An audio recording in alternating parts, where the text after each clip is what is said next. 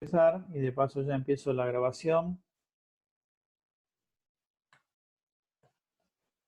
Ayer llegamos hasta, entonces vamos a buscar la presentación.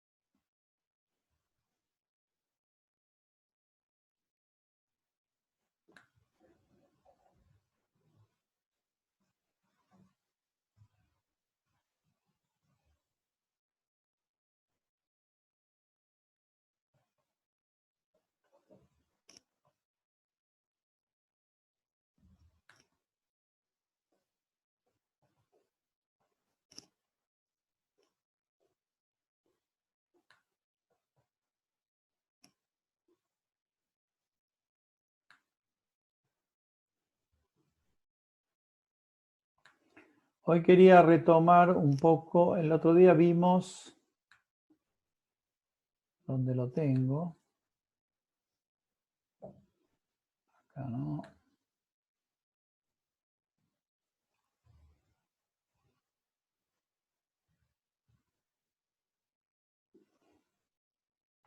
No, entonces todavía no llegamos. El otro día llegamos hasta acá, ¿es así? Hasta transmisiones simplex, duplex, full y half duplex. Con Sí, creo que sí. sí. Entonces, bueno, retomamos en esta slide, como es decir, slide es por costumbre, porque antes se usaban las famosas slides que eran transparencias que se ponían en el retroproyector y de ahí quedó la terminología, pero en realidad son páginas de una presentación. Uno de los otros temas que es interesante repasar es el de las técnicas de detección de errores y las técnicas de recuperación de errores. Entonces, esperen que hay más gente. Ahí está. Entonces, dentro de las técnicas de detección es sencillo. Lo que se hace es envía información redundante que se calcula a partir de la información útil que se está enviando. Y con esa información redundante, el que recibe el mensaje puede verificar si la información sufrió alguna alteración. Generalmente, entonces, hay, digamos, muchos algoritmos que se usan para esto. Digamos, un típico, digamos, muchas veces se suelen llamar genéricamente checksum, pero un algoritmo de tipo checksum no es muy robusto, muchas veces no logra, digamos, no logra detectar que hubo error, si los errores son de varios bits y con combinaciones media particulares. Entonces, en realidad, lo mejor es usar algoritmos un poco más sofisticados, como los de CRC, los de Cyclic Redundancy Check, que permiten detectar generalmente errores de ráfaga. Generalmente, entonces, estas técnicas de detección de errores no detectan cambios maliciosos de la información, sino cambios que se producen en la información por algún tipo de ruido impulsivo. El ruido impulsivo lo que suele hacer es generar una ráfaga de errores de bit, todos consecutivos o casi.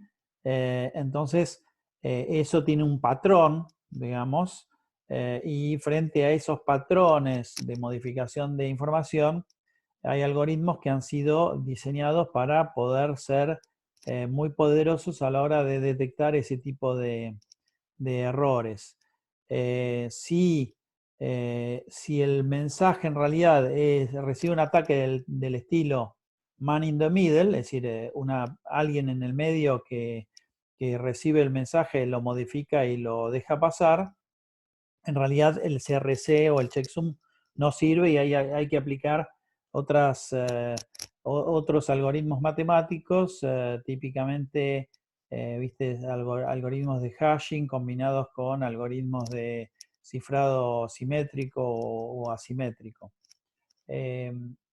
Entonces, esto más que, digamos, no son técnicas de seguridad informática, son técnicas de detección de errores típicamente producidos por algún tipo de fenómeno como el del ruido impulsivo en las líneas. Una vez que se detecta el error, en realidad hay que ver qué se hace. En algunos casos no se hace nada. Es decir, o se hace, lo que se hace es simplemente descartar el mensaje. ¿Para qué sirve que un protocolo detecte errores y no haga más nada? Simplemente para que las capas de arriba no procesen esa información errónea o posiblemente errónea, y en todo caso será, digamos, responsabilidad de alguna capa superior el recuperar ese posible error. Para la capa en la cual el protocolo detecta este tipo de errores, es simplemente detecta error y descarta, y para las capas superiores se percibe como una pérdida de mensaje, no como un error, sino como una pérdida de mensaje, y frente a esa pérdida de mensaje, que no sabe bien a qué es atribuida, el protocolo de capa superior deberá reaccionar. Entonces, en los casos de los protocolos que recuperan errores, los protocolos que recuperan errores suelen usar una técnica que se llama ARQ, Automatic Repeat on Query, donde lo que se hace es, se envía la información y se espera una confirmación, un acknowledgement. Entonces, cuando esto se hace de esa manera, se llama que es una ARQ de tipo stop and wait, es decir, envío la información y espero a que me envíen la confirmación. Si la otra entidad par recibe el mensaje, usa típicamente alguna técnica de detección de errores por si el mensaje en esa capa es el que resulta con algún tipo de error, digamos, puede detectar ese error o no, o directamente puede no recibir el mensaje porque una capa inferior o incluso una entidad intermedia puede haber descartado el mensaje al detectar error. En ese caso, entonces, el receptor, en lugar de enviar un acknowledgement, envía o no envía nada o envía un negative acknowledge, que lo que significa es que el transmisor tiene que volver a reenviar. Dependiendo del protocolo, hay protocolos que lo que hacen es envían, y si el receptor no lo recibe y no envía el acknowledge, envía una consulta, por ejemplo, del tipo RR, como lo han visto seguramente en HDLC Lab B y en X25, envía un RR con el bit de poll en 1, y el receptor confirma con un RR generalmente, y confirmando cuál es el próximo, el número de secuencia que espera recibir. Y en ese caso, el transmisor se da cuenta que la otra entidad recibió o no el mensaje, porque también recuerden que si yo envío un mensaje y espero recibir el acknowledgement, lo que se puede haber perdido es el acknowledgement. Entonces, hay protocolos que entienden que, digamos, se pudo haber perdido el acknowledgement, y en ese caso lo único que preguntan es si realmente el otro recibió o no el mensaje, y si no lo recibió, recién ahí lo retransmiten. Y otros protocolos que directamente, cuando no reciben el acknowledgement después de un cierto tiempo, retransmiten directamente el mensaje a partir del número de secuencia que el receptor espera recibir. El problema del ARQ Stop and Wait es que recupera muy bien los errores, es decir, que como técnica de recuperación de errores es la adecuada, pero no aprovecha el ancho de banda del canal. Es decir, mientras está esperando a recibir el acknowledgement, no sigue transmitiendo datos. Entonces, si de alguna manera podemos calcular cuánto tiempo tarda en transmitir los datos, que es el tiempo de inserción, que es la longitud en bits de los datos dividido el bitrate, eso da el tiempo de inserción. Y después, si ese tiempo de inserción lo divide por el tiempo de ida y vuelta, es decir, desde que empezó a transmitir el mensaje hasta que recibe el acknowledgement, a eso lo podríamos llamar el round trip time, o el tiempo de inserción más el round trip time. Y en ese caso, dependiendo de cuánto es ese round trip time, de ida y vuelta atravesando toda la red, podemos tener un mayor o menor aprovechamiento del canal. Cuando entonces los retardos son importantes, generalmente porque las distancias también son importantes, el stop and wait no es muy eficiente, pero es eficaz en cuanto a recuperación de errores, pero no es eficiente en cuanto al uso del ancho de banda del canal. Entonces ahí es donde lo que se hace es, se usa una técnica que se llama sliding window, que es mientras yo espero a que me confirmen un mensaje, sigo transmitiendo los mensajes siguientes. ¿Durante cuánto tiempo conviene que siga transmitiendo mensajes sin haber recibido la confirmación? Durante el tiempo necesario para llenar el canal, como para evitar, digamos, tener desaprovechamiento de ancho de banda del canal.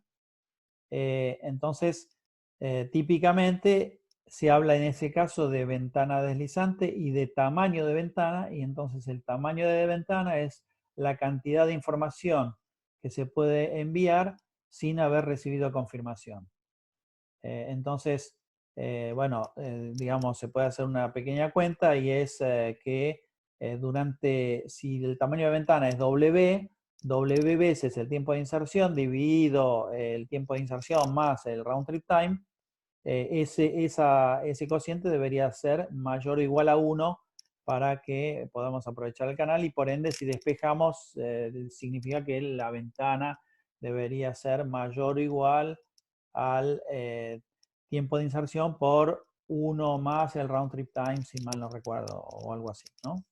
Es decir, que esa es la cuentita que hay que hacer para calcular rápidamente cuál es el tamaño de ventana ideal para transmitir, para poder aprovechar bien el canal. Entonces, lo importante es, la ventana deslizante no agrega confiabilidad a la comunicación, agrega eficiencia en el uso del canal.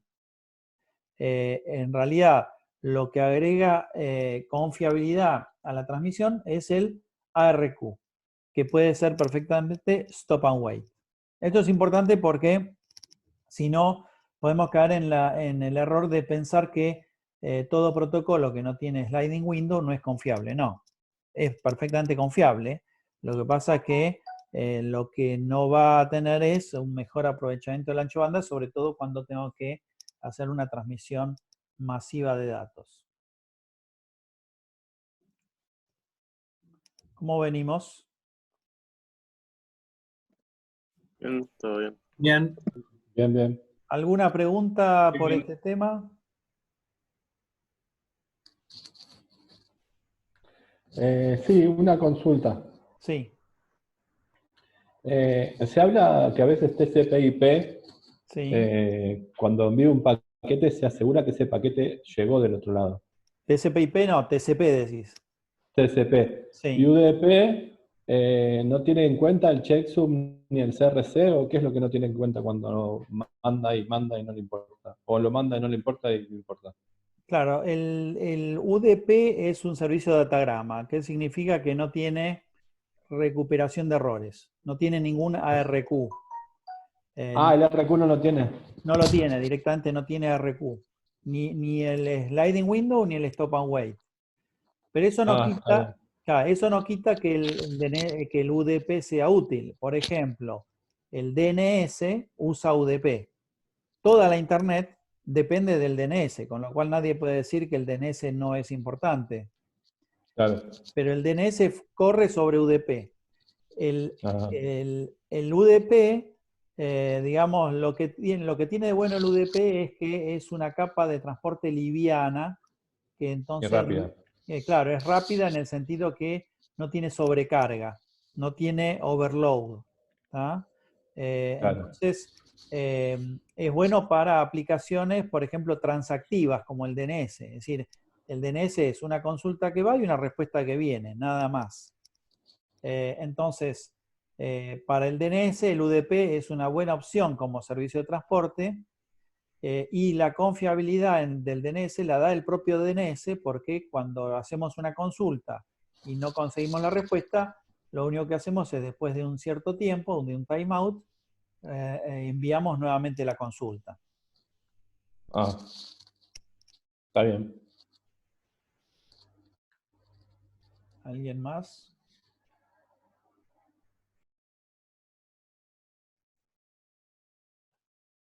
Bueno, igual entendemos que esta primera etapa de la asignatura es una etapa más de revisión, de repaso o de, digamos, de puesta un poco a punto de conceptos y terminología que de alguna manera o ya vieron o vieron en parte y nosotros lo que vamos a hacer es retomar eso y vamos a perfeccionar el conocimiento que ustedes tengan de esos temas.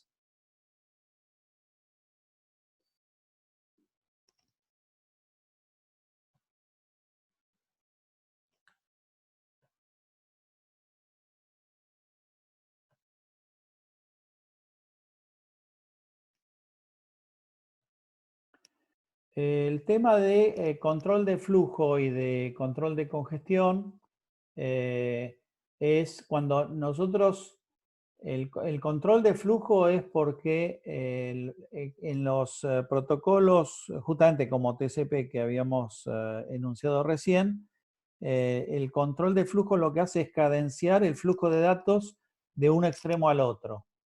¿Ah? Y generalmente es para no poder, no rebalsar el buffer de recepción de la entidad remota. En cambio, los controles de congestión lo que buscan es no rebalsar las colas de las entidades de packet switching, que son las entidades intermedias, ya sean los switches o los routers. Entonces, ahí vemos que justamente cuando abordemos en detalle TCP, vamos a ver que en TCP no solo hay control de flujo para no desbordar la cola o el buffer de recepción en el sistema extremo remoto, sino que también hay controles de congestión que lo que permiten es no rebalsar las colas de los switches y routers intermedios para no, digamos, no congestionar o para evitar, digamos, congestionar aún más la red. Eso también es un tema que, digamos, simplemente acá lo esbozamos porque algo se supone que algo vieron, pero lo vamos a retomar en su momento cuando analicemos más en profundidad el tema de TCP. De todos modos, el tema de control de congestión es un tema que se puede aplicar a otras tecnologías, como por ejemplo a las redes Frame Relay y otras, pero no hacemos mucho hincapié nosotros en esto porque esas ya son tecnologías WAN que se están empezando a dejar de usar, entonces no tiene mucho sentido hacer hincapié en ellas. Entonces ahora vamos a ver dos temas que están vinculados. Uno es el de los multiplexados, que típicamente pueden ser, digamos, multiplexado por división de frecuencia, FDM, o por división de tiempo, TDM, o por división de tiempo estadístico, STDM, Statistical Time Division Multiplexing. Y por otra parte, tenemos la conmutación de circuitos y conmutación de paquetes, que está muy ligada, bueno, ahora en unos minutos se corta y retomamos el 45, como dijimos antes. Entonces, están muy ligados los conceptos de multiplexado con los conceptos de paquetización. Acá yo había preparado un pequeño speech al respecto, pero hoy a la mañana preparé un video un poquito más interesante que ahora, digamos, como es un video medio largo, lo que vamos a hacer es, cuando hay 45 retomemos la clase, vamos a ver ese video para entender más en profundidad estos conceptos de conmutación, multiplexado y otros conceptos asociados a todo lo que es circuit switching y packet switching, que también están vinculados con el tema de calidad de servicio y de los network impairments, que son, digamos, cómo afecta la tecnología utilizada en la red a la calidad del servicio que reciben los usuarios, ¿no? Entonces, vamos a repasar un poco lo que yo les decía en estos audios. También es importante recordar cuáles son las técnicas de multiplexado que se aplican para transmitir datos de distintos flujos, de distintos usuarios, a través de un enlace de datos. Entonces, las técnicas de multiplexado más conocidas son las llamadas FDM, donde el multiplexado se hace por división de frecuencia. Acá incluso podríamos decir que hay una variante, que es cuando la frecuencia en realidad está ligada a la longitud de onda de luz. Se habla de wavelength division multiplexing, es decir, multiplexado por división de longitud de onda, pero en definitiva es conceptualmente lo mismo que el FDM. También están las técnicas llamadas de multiplexado por división de tiempo, pero esta técnica TDM es una técnica donde se le reserva un slot de tiempo a cada canal. Entonces generalmente se envían tramas una tras otra, donde en esas tramas de datos hay, digamos, slots de datos, de bits, que están reservados a cada canal. La ventaja del TDM es que es bien determinístico. La desventaja es que si algunos canales no aprovechan el ancho de banda, ese ancho de banda es desperdiciado. Y finalmente las técnicas de multiplexado llamadas STDM, por multiplexado por división estadística de tiempo, Statistical Time Division Multiplexing, que son las técnicas típicamente utilizadas en las redes de conmutación de paquetes, donde justamente lo que se hace es, se encolan las tramas o paquetes antes de ser transmitidos por un enlace, y esa cola de alguna manera ordena, el despachador de esa cola ordena cuál es el próximo paquete que se va a enviar. Pero si algún canal o algún flujo de datos no utiliza el ancho de banda del enlace, el enlace no se desperdicia, sino que es utilizado por los otros, digamos, usuarios o flujos de datos que comparten ese enlace. Entonces, esto de el multiplexado en los enlaces se combina con las técnicas de conmutación en los sistemas intermediarios. También entonces cabe repasar lo que son las técnicas de conmutación. Las técnicas de conmutación son las que se implementan en los sistemas intermediarios, y básicamente hay dos grandes técnicas de conmutación, una llamada conmutación de circuitos, otra llamada conmutación de paquetes, con acepciones como ser la conmutación de celdas para el caso particular de ATM. Pero en términos generales se puede decir que el ATM, por ejemplo, está dentro de lo que se llama conmutación de paquetes. En una época, cuando surge la conmutación de paquetes, primero surge con las tecnologías como la de X25, y cuando aparece el frame relay y ATM, se las llama a esas técnicas de conmutación de paquetes técnicas de conmutación rápida de paquetes, pero simplemente porque permiten transmitir a mayor velocidad, o en realidad transmitir mayor cantidad de información, porque la diferencia con X25 era que en X25 los canales eran más ruidosos, tenían bit error rate más importantes, y por ende se hacía un control fuerte de errores en capa 2 para hacer frente a esos inconvenientes. La conmutación de circuitos es algo que se usaba hace bastante tiempo, tal vez se vuelva a usar, cuando, digamos, con el uso de las técnicas de DWDM y la posibilidad de tener, digamos, anchos de bandas más económicos en la WAN, puede ocurrir que vayamos volviendo a técnicas de conmutación de circuitos y a multiplexado por DWDM o de tipo TDM.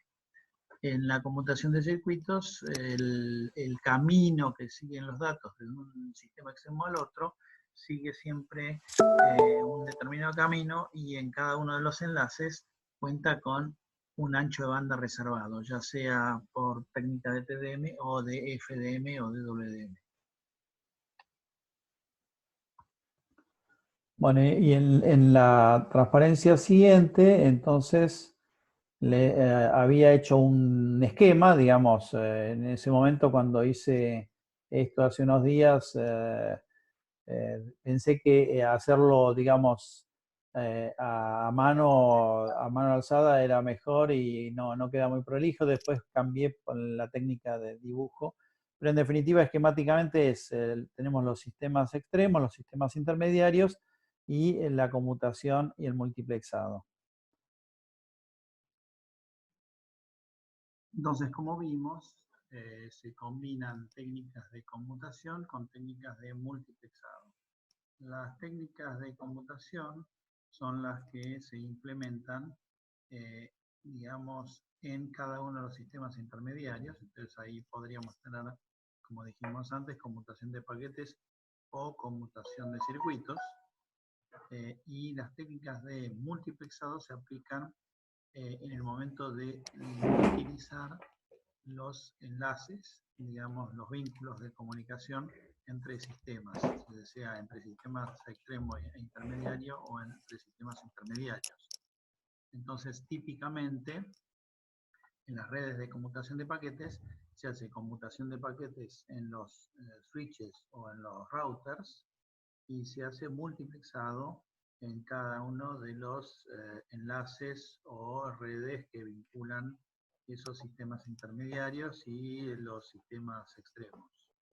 En el caso de las redes de conmutación de paquetes, el multiplexado que se utiliza es típicamente el de STDM, el Statistical Time Division Multiplexing, pero se podría utilizar, digamos, cualquiera de los otros también. En cambio, en las redes de conmutación de circuitos, cuando se hace conmutación de circuitos, no se podría usar STDM y debería utilizarse alguna de las técnicas de multiplexado que garantizan y reservan el ancho de banda para cada canal.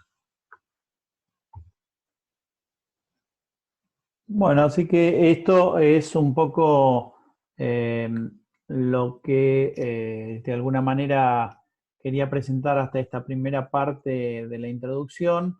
Ahora, en unos minutos, cuando retomemos la próxima sesión, voy a pasarles un video que estuve haciendo sobre esta temática de packet switching versus circuit switching y calidad de servicio, como para terminar de redondear un poco estos conceptos. Después ya seguiremos con temas más ligados a las redes TCP/IP y repasar un poco toda la terminología de los protocolos y los conceptos utilizados en las redes. No sé si entonces alguien más quiere aprovechar estos segundos para hacer alguna pregunta. Por mí estamos bien, estamos bien.